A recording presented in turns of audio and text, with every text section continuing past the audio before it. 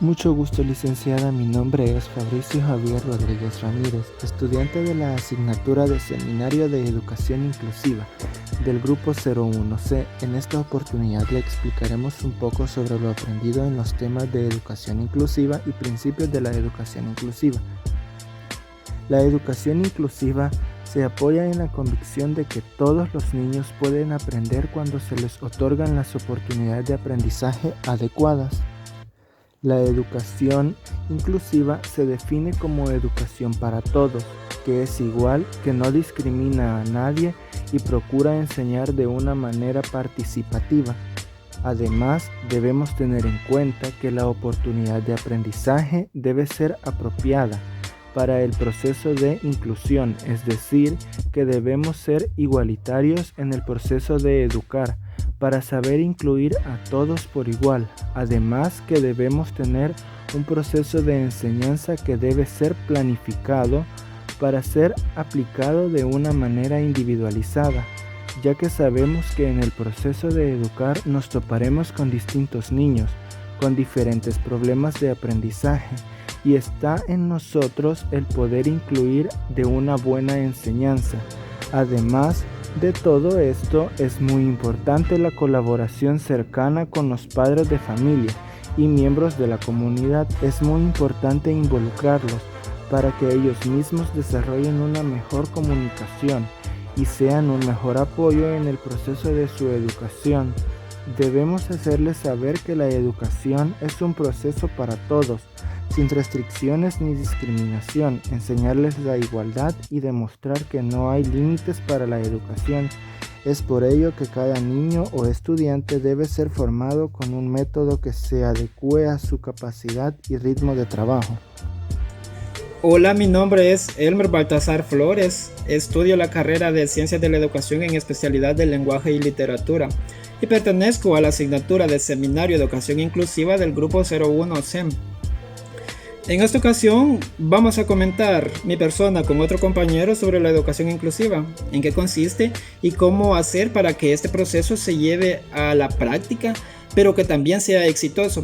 Y vemos, ¿verdad?, de que la UNESCO, la Organización de las Naciones Unidas para la Educación, la Ciencia y la Cultura, define la educación inclusiva como un proceso en el cual se identifican necesidades, las cuales, ¿verdad?, no solo identificar estas necesidades, sino que implementar metodologías para dar solución a estas necesidades. No se trata, ¿verdad?, solo de descubrir las necesidades y desigualdades, sino que implementar una metodología para superar estas diferencias. Y vemos, ¿verdad?, de que este es un proceso bastante complejo. Cuando hablamos de educación inclusiva, inmediatamente nos enfocamos en un centro educativo y por consiguiente en la labor del docente. Pero vemos, ¿verdad?, de que este no es un trabajo solo del docente como tal. Sí sería el principal responsable, pero con él deberían estar otras personas brindando su ayuda. Por ejemplo, las personas de la escuela, ¿verdad?, que trabajan en el ámbito administrativo, y no solamente ellos, sino que también padres de familia, miembros de la comunidad y otras instituciones que puedan estar dentro de la comunidad que también se quieran integrar para lograr este proceso. Y vemos, ¿verdad?, de que una de las prácticas que se ha propuesto del siglo XXI con respecto a la educación inclusiva es quitar las desigualdades, eliminar las desigualdades. En este caso se dice, ¿verdad?, de que ya no se admite la discriminación ni el maltrato. Al contrario, lo que se está poniendo a la práctica es lograr que la persona no se sienta diferente, mucho menos inferior, sino que esta persona se logre incorporar al grupo de alumnos que no tienen discapacidades. Y vemos, ¿verdad?, de que todos los alumnos tienen inteligencia, sin importar la condición que tengan, ellos tienen la inteligencia para aprender. Sobre todo, ¿verdad?, es respetando los derechos, reconociendo que cada persona tiene una serie de derechos que no pueden ser violados. Entonces vemos, ¿verdad?, de que otra de las prácticas de la educación inclusiva del siglo XXI es ¿cómo se diría?, formar al estudiante, pero no para una educación que se quede en lo teórico, sino que se lleve a la práctica. Y esto puede ser, ¿verdad?, una educación que esté enfocada en competencias, que los conocimientos que ellos adquieran no son simplemente queden como conocimientos como tales, ¿verdad? Sino que estos sean más que todos llevados a la práctica, que nos sirvan para resolver cualquier situación que se nos pueda presentar. Y también, ¿verdad? Se está enfocando bastante en que la persona que se está formando sea capaz, o sea, que tenga diferentes capacidades, como ser una persona crítica, que sea creativo y que sea capaz de tomar decisiones. Vemos cómo la tecnología está avanzando, ¿verdad? Y muchas empresas están requiriendo de máquinas, quienes están suplantando al trabajo de personas. Y pues si la persona es capaz, puede tomar decisiones, es crítico, es creativo, la empresa va a decidir tener trabajando a una persona que a una máquina, ¿verdad? Y vemos, ¿verdad?, que los pilares que tiene la educación inclusiva, como comentaba anteriormente, que la educación no simplemente se quede en la teoría, sino que se pueda llevar a la práctica.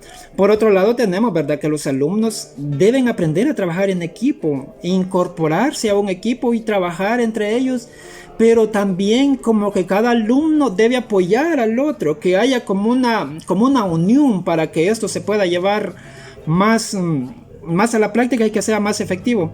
Y vemos, ¿verdad?, de que en este proceso de educación inclusiva, el maestro no puede estar improvisando ni inventando lo que va a enseñar, sino que esto se debe preparar con tiempo, ver cómo lo va a aplicar al alumno, porque como vimos anteriormente, el maestro tiene que encargarse de que la metodología que va a utilizar debe ser individualizada, debe aplicarse al alumno según la capacidad que éste tenga.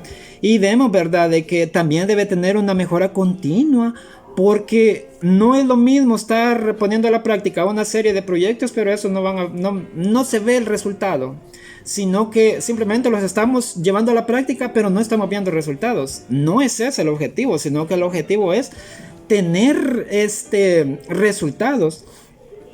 Otra cosa que es fundamental en el proceso de educación inclusiva es que la escuela sea como una comunidad donde haya sinceridad, respeto y comunicación. Vemos, ¿verdad?, que entre más comunicación, más sinceridad y más compromiso hay entre las personas involucradas, veremos de que esto va a ser más efectivo. Por otro lado, también tenemos, ¿verdad?, de que cuando se aplica algún proyecto y este es exitoso, esto se debe compartir con otras instituciones para que este proceso vaya creciendo.